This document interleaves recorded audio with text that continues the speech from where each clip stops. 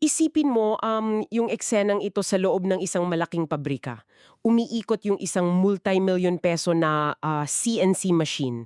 Gumagawa ito ng napakahalagang piyesa para sa, let's say, isang makina ng eroplano. Nako, high stakes siya na. Sobrang high stakes.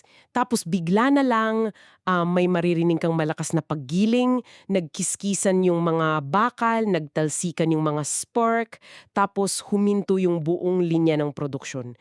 Sira yung makina, sira yung piyesa. At ang masakit dyan, kapag inimbestigahan nila kung ano yung dahilan, Ayun nga hindi dahil sa maling material, hindi rin dahil walang alam yung operator. Ang sala rin daw ay isang napakaliit na puwang sa computer screen nung nag-design. Isang gap na hindi man lang makita ng mata natin. Machine manufacturing, yung precision, hindi lang yang parang magandang pangarap eh. Tama? Ito yung nag-iisang batas na naghihiwalay sa isang gumaganang makina at sa isang basurang bakal. At yan ang eksaktong dahilan kung bakit nandito tayo ngayon. Kausap ka namin, oo, ikaw na nakikinig ngayon habang nagpapahinga sa dorm mo o baka habang nagko-commute ka dyan sa South Korea. Alam namin yung hirap mo eh. Totoo yan.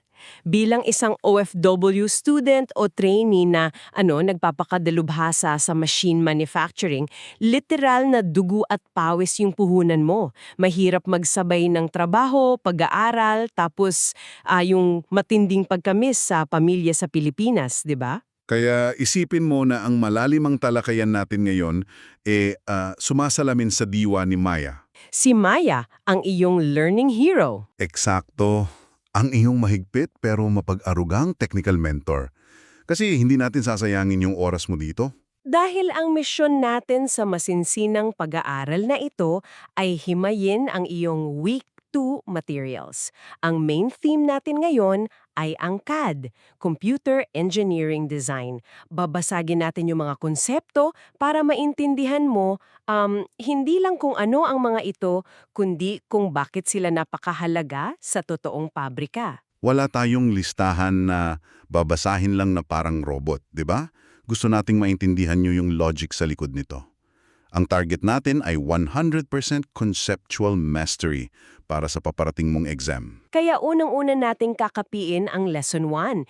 Ito yung tungkol sa CAD commands. Yung mga OSNAP, offset at trim. Ayon.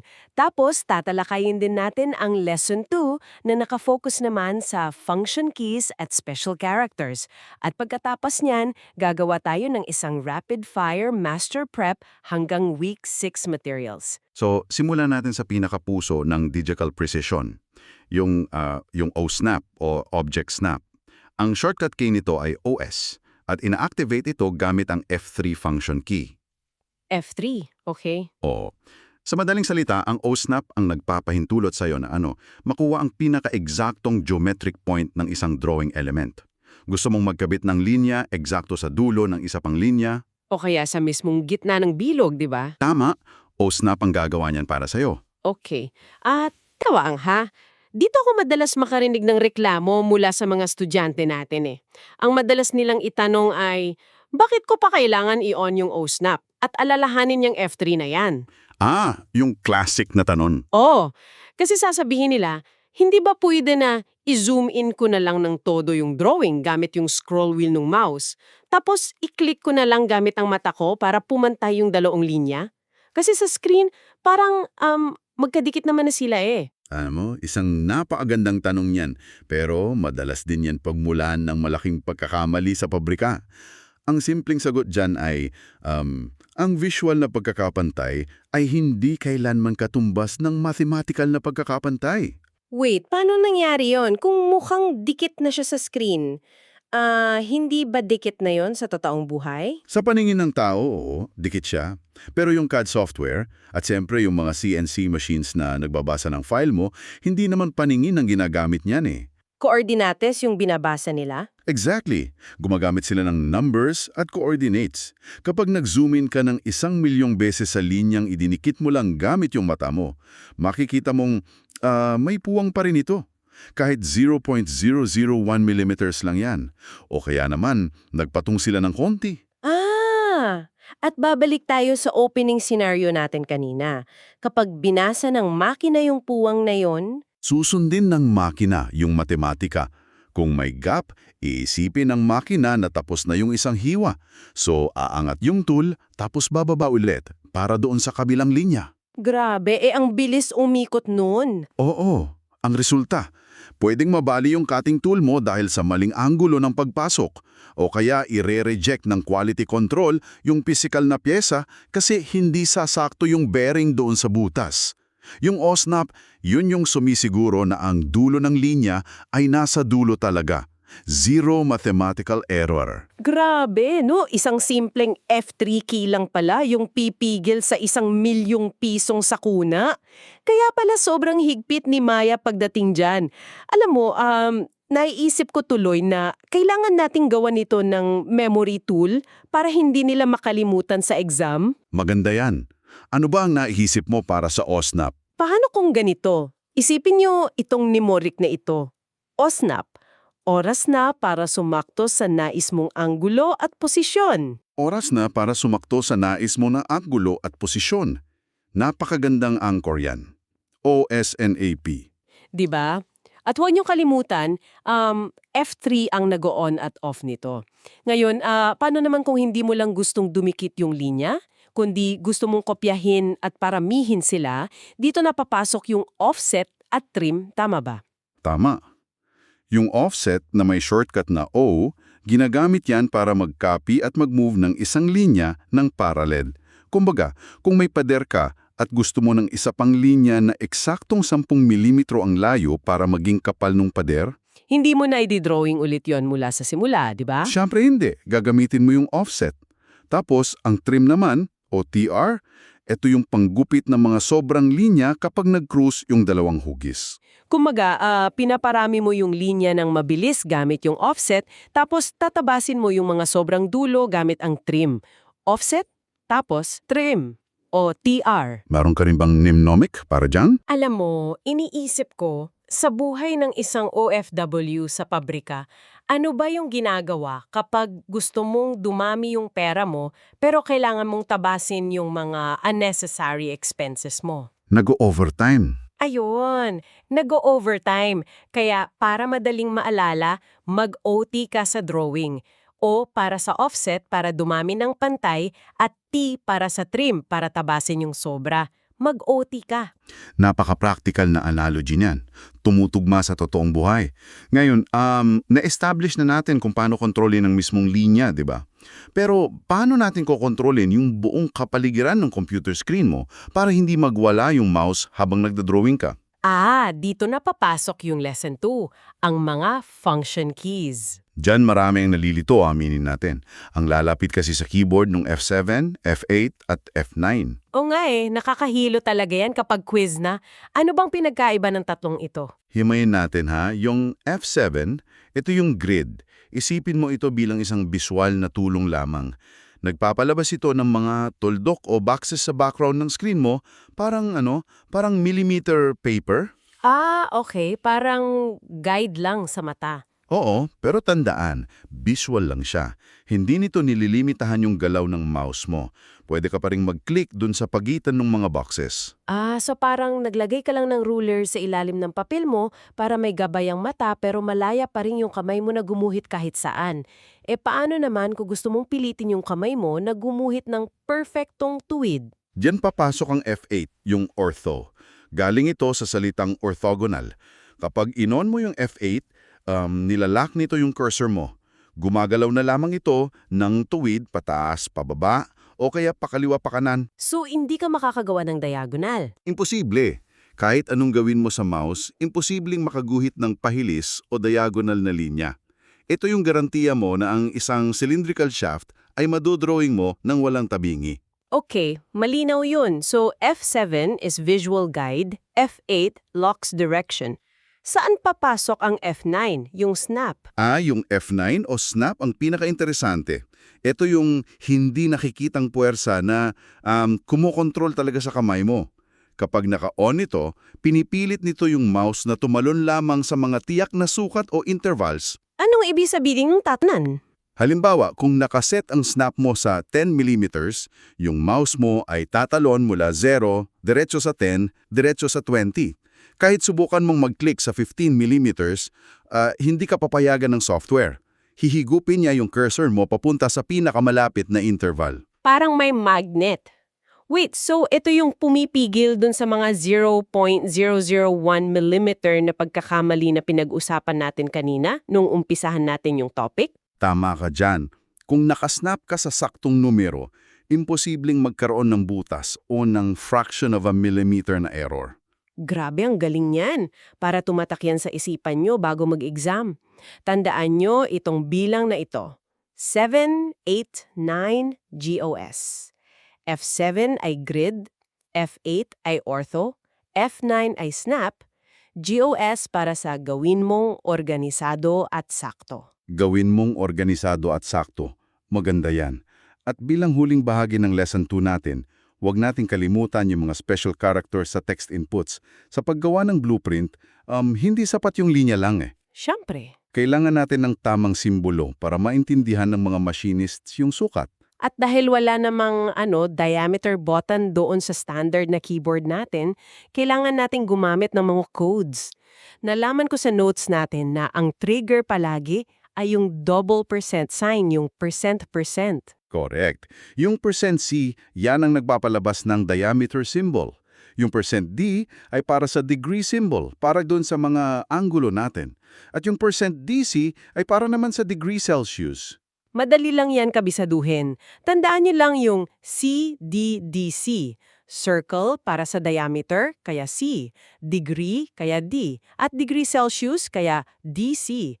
CDDC. Very simple. Okay, alam ko na napakalalim ng mental focus na kailangan para ma-absorb nyo itong lahat. Pinag-uusapan natin yung paggawa ng mga perpektong koneksyon at yung pag-iwas sa anumang mathematical gap sa makina. Pero, huminto muna tayo saglit ha. Kausapin ka namin ng personal. Oo nga. Kasi yung bigat ng ginagawa mo bilang OFW dyan sa Korea, hindi biro yan eh. Nag-aaral ka ng CAD para siguraduhin ang koneksyon sa loob ng makina ay perpekto. Pero alam din natin na may mas mahalaga kang koneksyon na inaalagaan. Yung koneksyon sa pamilya sa Pilipinas. Ayun mismo. Totoo yan eh. Kapag nag-aaral ka para sa major quiz mo sa machine manufacturing o kaya pagkatapos mong maghapong tumayo sa harap ng lathe machine, gusto mo na lang talaga makipag-video call ng walang putol. Ang pag-aasikaso pa ng mga problema sa telecom o yung pag-aalala kung safe ba ang data mo doon ay isang napakalaking pabigat na hindi mo na dapat pinapasan. Dapat nakafocus ka nang sa pag-aaral. Tama. At dito na pumapasok ang nag-iisang communication partner na naka-engineer at sadyang ginawa para sa napaka-busy at demanding na OFW lifestyle mo. At yan ang Mobile World Pinoy Telco.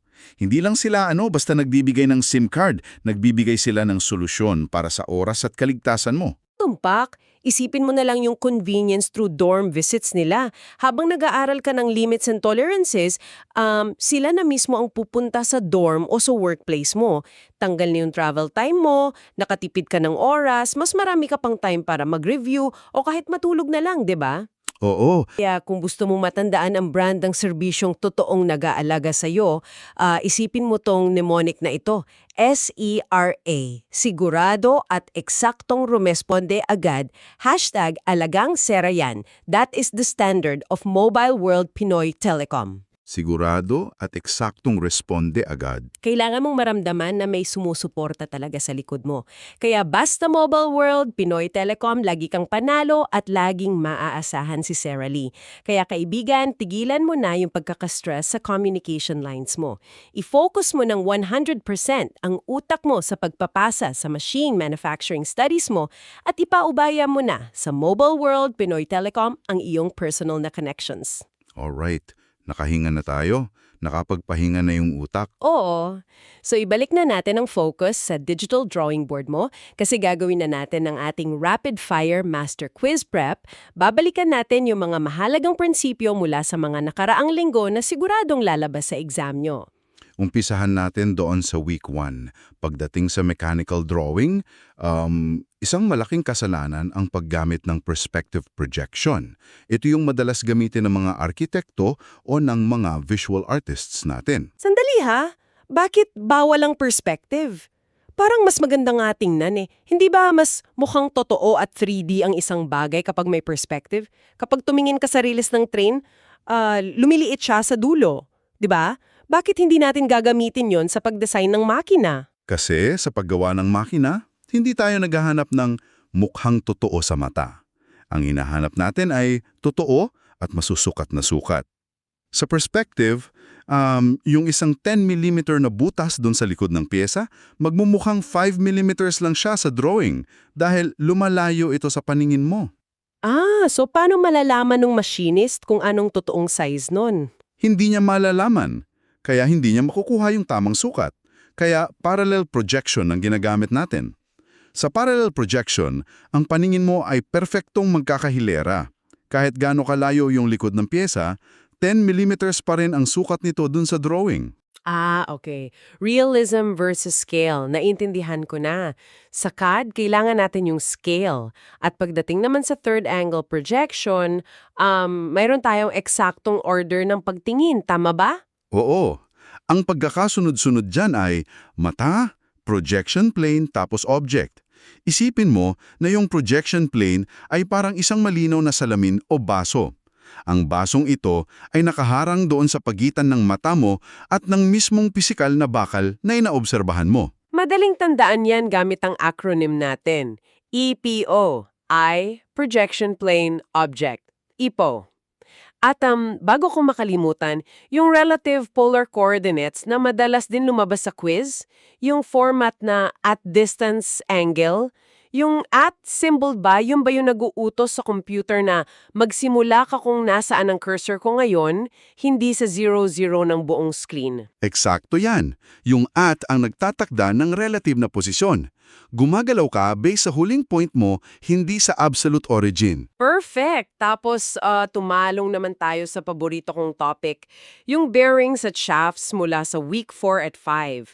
Grabe ang daming bumabagsak dito dahil nakakalito kung alin ang inner at alin ang outer. Paghiwalayin natin ng malinaw para sa kanila. Kapag nagde-design ka ng deep groove ball bearing, ang diametro ng shaft o yung mismang ehe na isusuksok mo sa loob ng bearing, yon ay nakabase sa inner diameter ng bearing. At nire-representa ito nung maliit na letrang D, tama? Oo, maliit na D. Tapos sa kabilang banda, yung butas ng housing o yung mismong lalagyan ng bearing sa labas, doon nakabase ang outer diameter, na nire-representa naman nung malaking letrang D. So, loob sa D, labas sa D, yun ang mnemonic natin dyan. Pero, teka lang, ito yung pinaka-tricky na part para sa akin. Yung fillet radius o yung kurbada doon sa kanto ng shaft, nakasulat kasi sa notes natin na dapat itong maging mas maliit kesa sa fillet radius ng bearing para sumakto ito. Ang tanong ko, bakit? Bakit hindi parehas, no? Oo, bakit hindi na lang parehas ang kurbada nila para pantay? Ano bang pisikal na mangyayari kung mas malaki ang kurbada ng shaft kesa doon sa bearing? O sige, i-visualize natin. Ang bearing ay kailaang sumandal ng nakalapat doon sa shoulder o pader ng shaft. Para saan? Para hindi ito gumalaw kapag umiikot na ng napakabilis. Ngayon, kung ang kurbada ng shaft ay mas malaki o kumbaga mas matambok kesa sa kurbada ng bearing, tatama agad yung asero ng bearing dun sa tambok ng shaft bago pa man ito makadikit ng buo sa pader. Parang pinipilit mong ipasok yung isang square na kahon doon sa isang kanto ng kwarto na may makapal na baseboard sa ilalim. Hindi didikit yung kahon sa mismong dingding. May maiiwang puwang doon sa ilalim. Eksakto. At kapag may puwang ang bearing, mag-vibrate ito ng matindi sa 10,000 RPM at naku, sasabog yung makina mo. Nakakakilabot. Kaya ang batas sa engineering dyan ay, ang shaft ang kailangang mag-adjust. Ang kurbada ng shaft ay dapat palaging mas maliit at mas nakapasok. Ayan ang anchor memory nyo dyan, mga kaibigan. Ang shaft ay laging nagpaparaya. Ibig sabihin, siya ang dapat may mas maliit na kurbada para makalapat ng maayos yung matigas na bearing. Ulitin natin. Loob sa small d, labas sa capital D, at ang shaft ay laging nagpaparaya. Lilipat naman tayo na yon sa week 6 natin. Tungkol sa oil seals and machining standards.